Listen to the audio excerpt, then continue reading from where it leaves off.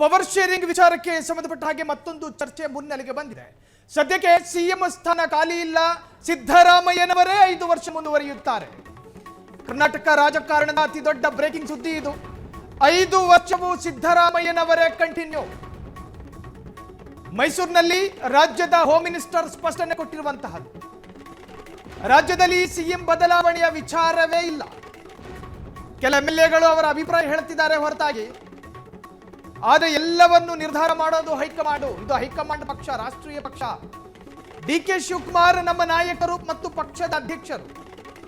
ನಮ್ಮಲ್ಲಿ ಯಾವುದೇ ಗೊಂದಲ ಇಲ್ಲ ಅಂತ ಹೇಳಿ ಗೃಹ ಸಚಿವ ಡಾಕ್ಟರ್ ಜಿ ಪರಮೇಶ್ವರ್ ಬೆಂಗಳೂರಲ್ಲಿ ಹೇಳಿಕೆ ಕೊಟ್ಟರು. ನಮ್ಮಲ್ಲಿ ಯಾವ ಗೊಂದಲವೂ ಇಲ್ಲ, ನಮ್ಮೊಳಗೆ ಆತಂಕವೂ ಇಲ್ಲ. ಹೋಮ್ ಮಿನಿಸ್ಟರ್ ಮಾತನಾಡಿದ್ದಾರೆ, ಕೇಳಿಸ್ಕೊಳ್ಳಿ. ಈಗ ನಾನು ಹೇಳಿದೆ, ಇವತ್ತಿನ ಪರಿಸ್ಥಿತಿಯಲ್ಲಿ ಸಿದ್ದರಾಮಯ್ಯನವರು ಕಂಟಿನ್ಯೂ ಆಗ್ತಾರೆ. ಇಲ್ಲ ಆಗೋದಿಲ್ಲ ಅಂತ ಹೇಳಿದ್ರೆ ನಾನಲ್ಲ ಹೇಳೋದು, ಅದನ್ನು ಪರಮೇಶ್ವರ್ ಹೇಳಿದರೆ ಆಗ್ಬಿಡೋದಿಲ್ಲ, ಹೈಕಮಾಂಡ್ನವರು ಹೇಳ್ಬೋದು. ಶಿವಕುಮಾರ್ ಪರಿಸ್ಥಿತಿ ಏನು ಪರಿಸ್ಥಿತಿ? ಅವರು ಅಧ್ಯಕ್ಷರಿದ್ದಾರೆ, ನಮ್ಮ ನಾಯಕರಿದ್ದಾರೆ, ಡೆಪ್ಯೂಟಿ ಚೀಫ್ ಮಿನಿಸ್ಟರ್ ಇದ್ದಾರೆ. ಬಲವಾದ ಆಕಾಂಕ್ಷೆ ಸರ್. 2.5 ವರ್ಷ ಆದ್ಮೇಲೆ ಅವ್ರು ಸಿಗುತ್ತೆ ಅಂತ ಅವರು ದೇವ್ರು ನೋಡ್ತಾರೆ, ಕಾಲ ಬರುತ್ತೆ ಅಂತ ಅವರು ಅಂತಾರೆ. ಅದು ಒಂದು ರೀತಿಯಿಂದ ಇಲ್ಲ ಅಂತ ಹೇಳ್ಬಿಟ್ರೆ ಅವ್ರಿಗೆ ಗೊಂದಲನೇ ಇಲ್ಲ. ನಾನು ಹೇಳೋಕ್ಕಾಗತ್ತೇನ್ರಿ? ನಾನು ಹೇಳೋಕ್ಕಾಗತ್ತಾ? ಹೌದು, ನಮ್ಮ ಶಿವಕುಮಾರ್ ಅವರು ನಮ್ಮ ನಾಯಕರಿದ್ದಾರೆ, ಇವತ್ತು ನಮ್ಮ ಅಧ್ಯಕ್ಷರಿದ್ದಾರೆ, deputy chief minister, senior leader ಇದ್ದಾರೆ. ಅವ್ರನ್ನ ಮುಖ್ಯಮಂತ್ರಿ ಮಾಡೋದು ಯಾರು? ಹೈಕಮಾಂಡ್ನವ್ರು ಹೇಳ್ಬೇಕು. ಹೈಕಮಾಂಡ್ ಹೇಳಿದ್ರಲ್ಲಿ ಮುಗಿಯುತ್ತಲ್ವಾ? ಹೇಳೋ ತನಕ ಕಾಯೋಣ.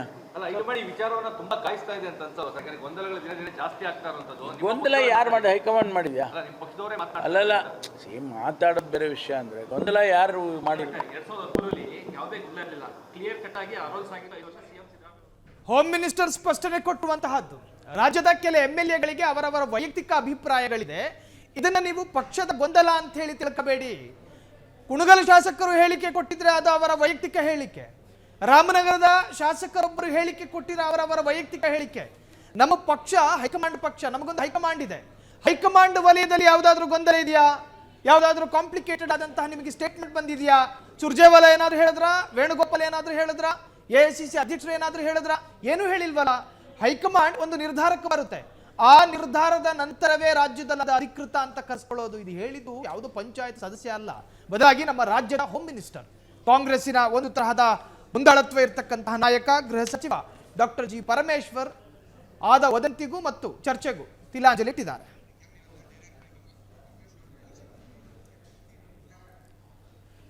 ರಾಜ್ಯದ ಹೈ ವೋಲ್ಟೇಜ್ ಬೈ ಎಲೆಕ್ಷನ್ಗೆ ಸಂಬಂಧಪಟ್ಟ ಹಾಗೆ 2 ಕ್ಷೇತ್ರದಲ್ಲಿ ಈಗಾಗಲೇ ನಾವು ಗೆದ್ದಿದ್ದೇವೆ. 2 ಕ್ಷೇತ್ರದಲ್ಲಿ ಗೆದ್ದಿದ್ದೀವಿ ಅಂತ ನಮ್ಮ ಗ್ಯಾರಂಟಿಗಳು ನಮ್ಮ ಕೈ ಹಿಡಿಯುತ್ತವೆ.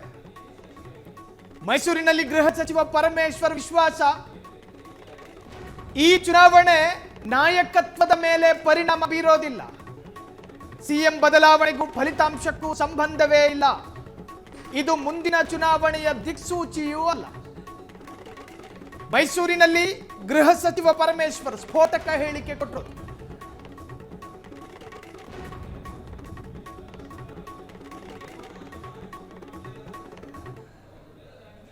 ದಾವಣಗೆರೆ ಬೈ ಎಲೆಕ್ಷನ್ ಹೋಗಿದ್ರಿ ಸರ್, ನೀವು ಕೂಡ ಹೇಗಿದೆ ಸರ್ ಅಲ್ಲಿ ಪರಿಸ್ಥಿತಿ?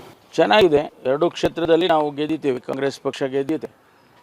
ಬೈ ಎಲೆಕ್ಷನ್ ಆದ್ರಿಂದ ನಾವೆಲ್ಲ ಏನು ಸರ್ಕಾರ ಏನೆಲ್ಲ ಕೆಲಸಗಳು ಮಾಡಿದೆ, ಜನಪರವಾದ ಕೆಲಸ ಮಾಡಿರ್ತಕ್ಕಂಥದ್ದು ಮತ್ತು ಸಾಮಾಜಿಕ ನ್ಯಾಯವನ್ನು ಕೊಡೋದ್ರಲ್ಲಿ, ಬಡವರಿಗೆ ಕಾರ್ಯಕ್ರಮ ಕೊಡೋದ್ರಲ್ಲಿ ನಾವೆಲ್ಲ ಕಳೆದ 3 ವರ್ಷದಿಂದ ಮಾಡಿದ್ದೇವೆ.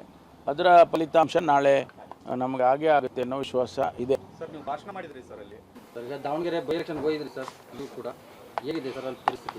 ಚೆನ್ನಾಗಿದೆ. 2 ಕ್ಷೇತ್ರದಲ್ಲಿ ನಾವು ಗೆದ್ದಿದ್ದೇವೆ, ಕಾಂಗ್ರೆಸ್ ಪಕ್ಷ ಗೆದ್ದಿದೆ. ಬೈ ಎಲೆಕ್ಷನ್ ಆದ್ರಿಂದ ನಾವೆಲ್ಲ ಏನು ಸರ್ಕಾರ ಏನೆಲ್ಲ ಕೆಲಸಗಳು ಮಾಡಿದೆ, ಜನಪರವಾದ ಕೆಲಸ ಮಾಡಿರ್ತಕ್ಕಂಥದ್ದು ಮತ್ತು ಸಾಮಾಜಿಕ ನ್ಯಾಯವನ್ನು ಕೊಡೋದ್ರಲ್ಲಿ, ಬಡವರಿಗೆ ಕಾರ್ಯಕ್ರಮ ಕೊಡೋದ್ರಲ್ಲಿ ನಾವೆಲ್ಲ ಕಳೆದ 3 ವರ್ಷದಿಂದ ಮಾಡಿದ್ದೇವೆ.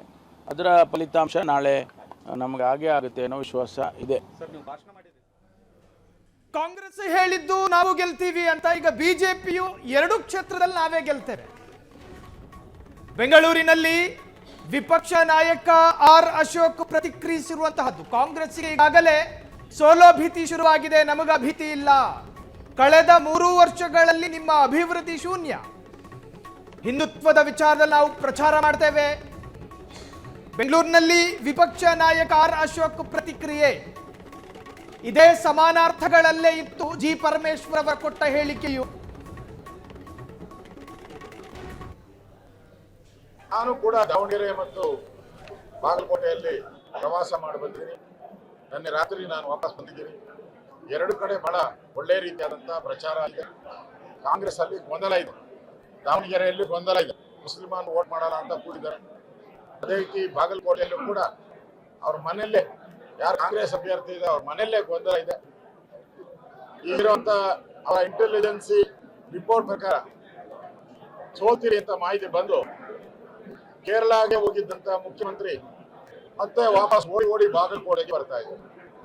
ನಾನು ಕಾಂಗ್ರೆಸ್ ಅವ್ರು ಕೇಳ್ತೀನಿ, ಅಲ್ಲಪ್ಪ ನೀವು ಅದೇನೋ ಡೆವಲಪ್ಮೆಂಟ್ ಮಾಡಿದಿರಿ, ಗ್ಯಾರಂಟಿ ಕೊಟ್ಟಿದ್ದೀರಿ ಅಂತ ಹೇಳಿದ್ರೆ ಇಷ್ಟೊಂದು ಕಷ್ಟ ಯಾಕೆ ಬಿಡ್ಬೇಕು? ನೀವು ಜನ ನಿಮ್ಮನ್ನ ಹುಡ್ಕೊಂಬಂದು ಮನೆ ನಿಮ್ಮ ಹತ್ರ ಬಂದು ಹಣ ಓಟ್ ಎಲ್ಲ ಹಾಕ್ಲಿ ಅಂತ ಕೇಳಿ ಓಟ್ ಹಾಕುವಂತ ಪರಿಸ್ಥಿತಿ ಇದೆಯಾ ನಿಮ್ದು?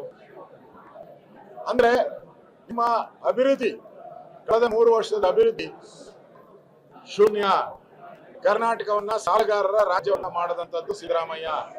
ಅಭಿವೃದ್ಧಿ ಇಲ್ಲ, ಡೆವಲಪ್ಮೆಂಟ್ ಇಲ್ಲ, ಸರಿಯಾದಂತ ಗ್ಯಾರಂಟಿ ಹಣನೂ ಕೂಡ ಸರಿಯಾದ ಟೈಮ್ಗೆ ಪ್ರತಿ ತಿಂಗಳು ಕೊಡ್ತೀನಿ ಅಂದ್ರು. ಈ ಪ್ರತಿ ತಿಂಗಳು ಬಿಟ್ಟು 2 ತಿಂಗಳು 3 ತಿಂಗಳು ಆಗ್ತಾ ಇದಾರೆ. ಅದರಲ್ಲಿ 2 ತಿಂಗಳು ಯಾಮಾಸ್ತಾವ್ರೆ. ಅನ್ನಭಾಗ್ಯಕ್ಕೆ ಕನ್ನಭಾಗ್ಯ ಮಾಡಿದ್ದಾರೆ ಈಗ. ಅದರಿಂದ ಈ 2 ಚುನಾವಣೆಯಲ್ಲಿ ಬಿಜೆಪಿ ದೊಡ್ಡ ಹಂತದಲ್ಲಿ ಗೆಲ್ಲುವಂತ ವಿಶ್ವಾಸ ನಮ್ಗೆಲ್ಲ ಇದೆ. ಕಾಂಗ್ರೆಸ್ ಒಂದ್ ರೀತಿ ಅಭಿವೃದ್ಧಿ ವಿರೋಧಿ ಆಗಿರೋದ್ರಿಂದ ಜನ ಇವ್ರಿಗೆ ಪಾಠವನ್ನ ಕಲಿಸ್ತಾರೆ. ಕ್ಷಣ ಕ್ಷಣದ ಸುದ್ದಿಗಳಿಗಾಗಿ ಫ್ರೀಡಂ ಟಿವಿ ಸಬ್ಸ್ಕ್ರೈಬ್ ಮಾಡಿ, ಲೈಕ್ ಮಾಡಿ ಹಾಗೂ ಫಾಲೋ ಮಾಡಿ. ಹೊಸ ಸುದ್ದಿಗಳ ನೋಟಿಫಿಕೇಶನ್ಗಾಗಿ ಬೆಲ್ ಐಕಾನ್ ಮೇಲೆ ಕ್ಲಿಕ್ ಮಾಡಿ.